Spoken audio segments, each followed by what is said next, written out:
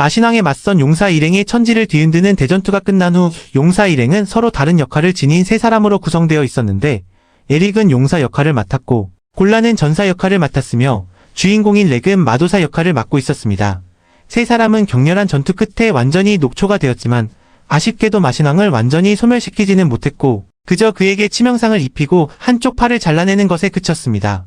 렉은 연구에 엄청난 열정을 가진 마도사였기에 마신왕의 잘려나간 팔과 그것을 마력으로 변환하는 방법에 깊이 매료되어 있었습니다. 마신왕에게 큰 상처를 입힌 후 세 사람은 이제 겨우 한숨 돌릴 수 있을 것이라 생각했고 에릭과 골라는 오랜 전투를 끝내고 가족들을 만나기 위해 집으로 돌아갈 생각에 몹시 설레어하고 있었는데 바로 그때 느닷없이 거대하고 포악한 마물 군단이 때를 지어 들이닥쳤습니다. 완전히 지쳐버린 용사 일행에게는 이제 더 이상 저항할 힘이 남아있지 않았고 에릭과 골라는 몸이 부서질 듯 피곤함에도 불구하고 즉시 전투 태세를 갖추었으나 상황을 빠르게 파악한 렉은 이제 모두가 한계에 다다랐기에 누군가 한 명이 미끼가 되어 적들을 붙잡아 두어야만 나머지 두 사람이 무사히 도망칠 수 있다는 사실을 깨달았습니다. 자신은 지켜야 할 가족이 없던 렉은 스스로를 희생하기로 결심했고 렉은 대지 마법을 발동시켜 길을 가로막는 거대한 절벽을 만들어낸 뒤 에릭과 골란을 탈출시키기 위해 스스로를 그 안에 가두었습니다. 그는 걱정하는 두 동료에게 자신은 금방 뒤따라갈 테니 먼저 도망치라며 안심시켰으나 하지만 렉에게 빠져나갈 길 따위는 존재하지 않는다는 것을 모두가 잘 알고 있었고 그는 자신의 소중한 목숨을 바쳐 에릭과 골란을 구하고자 했던 것이었습니다. 결연한 의지로 가득 찬 렉은 마물들을 향해 당당히 걸어가 정면으로 맞서 싸웠고 깊은 차원의 틈새에 갇힌 채 렉은 쉬지 않고 끝없는 사투를 벌였습니다. 그가 쓰러뜨린 마물들의 시체는 산더미처럼 높이 쌓여갔고 심지어 주인공 렉은 강력한 마족 장군과 대면하게 되었는데 마족 장군에게 생명력을 전부 빨릴 위기에 처하게 되었습니다. 하지만 렉은 상대의 능력을 복사하는 러닝 기술 덕분에 마족 장군의 생명력 흡수 기술을 고스란히 복사하여 역으로 녀석을 쓰러뜨릴 수 있었습니다. 새롭게 터득한 생명력 흡수 기술 덕분에 주인공은 끝없이 밀려오는 마물 군단을 상대로 전투를 계속할 수 있었고 피로가 몰려올 때마다 적들의 마력과 생명력을 빨아들여 스스로를 치유해 나갔습니다. 또한 밀려오는 졸음을 쫓아내기 위해 그는 자신의 몸에 강제로 괴뢰 마법을 걸어 의식을 잃거나 잠이 든 상태에서도 육체가 계속해서 싸울 수 있도록 만들었습니다. 너무나 오랜 시간 동안 전투가 지속되다 보니 렉은 시간의 감각을 완전히 잃어버려 며칠이 지나고 몇 달이 흘렀는지조차 전혀 알 수 없게 되었고 마침내 주변의 모든 마물이 절멸했을 때 마신왕이 마침내 모습을 드러냈으며 주인공은 생각보다 너무 빠른 마신왕의 부활에 조금 놀랐으나 이미 모든 준비를 끝마치고 전의를 다지고 있었습니다. 주인공은 곧바로 마신왕에게 달려들어 치열한 1대1 대결을 펼쳤는데 마신왕의 힘은 여전히 압도적이었고 심지어 녀석의 거대한 검의 렉에 검이 무참히 부러지고 말았으나 검이 부러지는 것쯤은 아무런 문제도 되지 않았는데 렉은 자신이 검사가 아닌 본래 뛰어난 마도사이며 마법이야말로 자신의 가장 강력한 무기라고 굳게 믿고 있었기 때문이었습니다. 주인공은 마신왕의 맹렬한 화염 마법을 봉쇄하기 위해 과감한 초근접 전투 방식을 선택했고 생명력 흡수 기술과 함께 대지옥 불꽃 봉인 마법을 동시에 발동시켜 마신왕을 불길에 휩싸여 소멸당할 것인지 아니면 생명력을 전부 빼앗길 것인지 선택해야만 하는 절체절명의 극한 상황으로 몰아넣었습니다. 결국 마신왕은 주인공에게 모든 생명력을 빼앗기고 무릎을 꿇었으며 이 강력한 비책 덕분에 렉은 마침내 영광스러운 승리를 쟁취할 수 있었습니다. 그러나 예측하지 못한 놀라운 부작용이 뒤따랐는데 마신왕의 방대한 생명력을 남김없이 흡수한 영향으로 렉의 신체가 한창 때인 소년의 모습으로 젊어져 버렸습니다. 차원의 틈새에서의 기나긴 어둠의 시간이 끝난 후 얼마나 많은 세월이 흘렀는지도 모른 채 렉은 찢어지고 낡은 옷을 걸친 채 단돈 한 푼도 없이 모험가 카드마저 새까맣게 타버린 초라한 몰골로 왕도에 도착했습니다.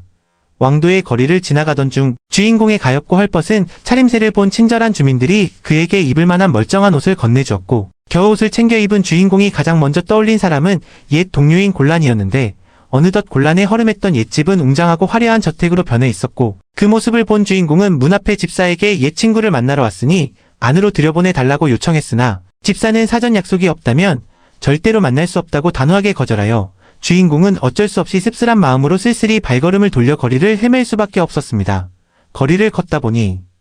예전에는 보지 못했던 거대하고 웅장한 석상 하나가 우뚝 서 있었고 주인공은 호기심에 지나가던 행인에게 이 석상의 인물이 새로 등장한 위대한 마도사인지 물었으나 행인의 대답은 렉을 크나큰 충격에 빠뜨렸는데 석상의 주인공은 다름 아닌 자기 자신이었으며 자신은 세상을 구하고 목숨을 바친 전설적인 영웅인 대연자 렉으로 추앙받으며 전 국민의 존경과 숭배를 받고 있었기 때문이었습니다.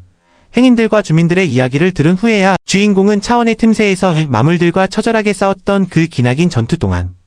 이미 바깥 세상에서는 무려 10년이라는 세월이 흘러버렸음을 깨닫게 되었습니다. 주인공이 황급히 모험가 길드 본부로 향하자마자 마침 그 자리에 있던 곤란의 눈에 띄어 곧바로 안쪽의 은밀한 방으로 불려가게 되었는데 이에 친구는 단 한눈에 주인공의 눈빛을 알아보고 그가 렉이라는 것을 깨달았으며 곤란은 죽은 줄만 알았던 렉이 살아서 돌아온 모습을 보고 어린아이처럼 펑펑 눈물을 흘렸고 잠시 후 에릭마저 다급히 그곳에 도착했는데 렉은 10년이라는 세월의 흔적이 고스란히 묻어나는 두 친구의 깊어진 주름과 늙어버린 모습을 보고 큰 충격을 받았습니다. 곤란과 에릭은 주인공이 10년이 흘렀음에도 전혀 늙지 않고 오히려 몰라보게 젊어진 이유를 무척 신기해했고 그제야 렉은 거울을 통해 자신의 놀라운 외모 변화를 확인하게 되었으며 자신이 마신왕을 물리치며 녀석의 무한한 생명력을 통째로 흡수한 것 때문에 생긴 예상치 못한 부작용일 것이라 추측하여 설명해 주었고 이야기를 들은 곤란과 에릭은 렉이 혼자 힘으로 그 강력한 마신왕을 마침내 쓰러뜨렸다는 엄청난 사실에 입을 다물지 못하며 경악을 금치 못했습니다.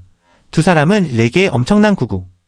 공적에 걸맞은 대대적인 자기 수여와 함께 특별한 보상을 안겨주기로 결심했는데 이미 곤란은 모험가 길드의 최고 권력자인 총관이 되어 있었고 에릭은 고결한 국왕의 자리에 올라 나라를 통치하고 있었으며 그들은 렉이 이미 세상을 떠났다고 굳게 믿고 있었기에 그의 업적을 기리며 죽은 줄 알았던 렉에게 대공장 렉 프란젠이라는 명예로운 귀족 자기를 수여했던 상태였습니다. 온 세상의 뜨거운 찬사에도 불구하고 렉은 두 친구를 깜짝 놀라게 만든 대담한 결정을 내렸는데 그는 과거의 눈부신 영광과 복잡한 지위에서 완전히 벗어나고 싶어 했고 자신이 무사히 살아 돌아왔다는 사실을 철저히 비밀로 붙이기로 결심한 채 새로운 이름인 록을 사용하며 고귀한 S랭크 마도사라는 신분을 버리고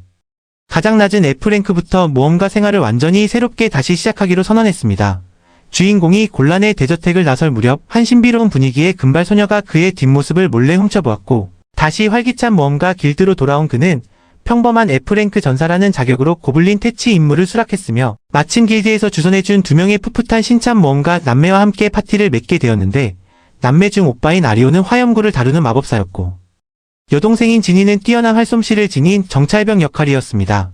세 사람은 서둘러 여정을 떠나 주변 마을 주민들에게 단서를 물어보며 고블린들이 남겨놓은 거친 발자국을 추적하기 시작했고 이동하는 과정에서 주인공은 지니가 아주 예리한 관찰력과 날카로운 사고력을 지닌 영리한 소녀이며 그녀 덕분에 고블린들의 정확한 은신처를 찾아낼 수 있음을 단번에 알아차렸습니다. 하지만 록은 산전수전 다 겪은 베테랑 모험가로서의 오랜 직감으로 순식간에 기묘한 위화감을 감지했는데 비록 단순한 고블린 퇴치라는 기초적인 임무였음에도 불구하고 고블린들의 숫자가 당초 예상보다 훨씬 많았을 뿐만 아니라 그들이 이동 경로에 발자국을 정교하게 숨겨놓는 등 미련하고 멍청한 고블린들이 절대로 스스로 해낼 수 없는 지능적인 기만수를 펼치고 있었기 때문이었습니다. 록은 이 오합지졸 고블린들 배후에서 그들을 보이지 않게 조종하고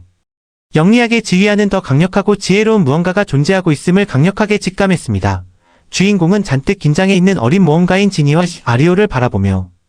이 유망한 두 젊은이가 절대로 어이없게 목숨을 잃게 만들지 않겠다고 마음속으로 굳게 약속했고 그들은 신속하게 어둡고 침침한 고블린의 속을 안으로 진입하여 록의 숙련된 앞장서기 아래 무서운 기세로 들이닥치는 고블린들을 쓰러뜨렸으나 신참인 아리오와 지니는 끝없이 밀려오는 고블린들의 압도적인 물량 공세에 그만 넋을 잃고 말았는데 이미 30마리가 넘는 놈들을 베어 넘겼음에도 적의 공세는 도무지 멈출 기미를 보이지 않았습니다. 그리고 바로 그 직후 그들은 앞을 가로막는 거대한 고블린 로드와 마주하게 되었으나 록의 예리하고 날카로운 통찰력은 이 거대한 고블린 로드조차도 진짜 흑막이 아니며 그 배후에 훨씬 더 지능적이고 사악한 지배자가 버티고 있음을 즉각 간파했고 그들이 고블린 로드를 처치하기 위해 무기를 다잡기도 전에 갑자기 정체를 알 수 없는 낯선 인물이 그들 사이에 거침없이 난입해 들어오며 대망의 첫 번째 에피소드가 막을 내렸습니다.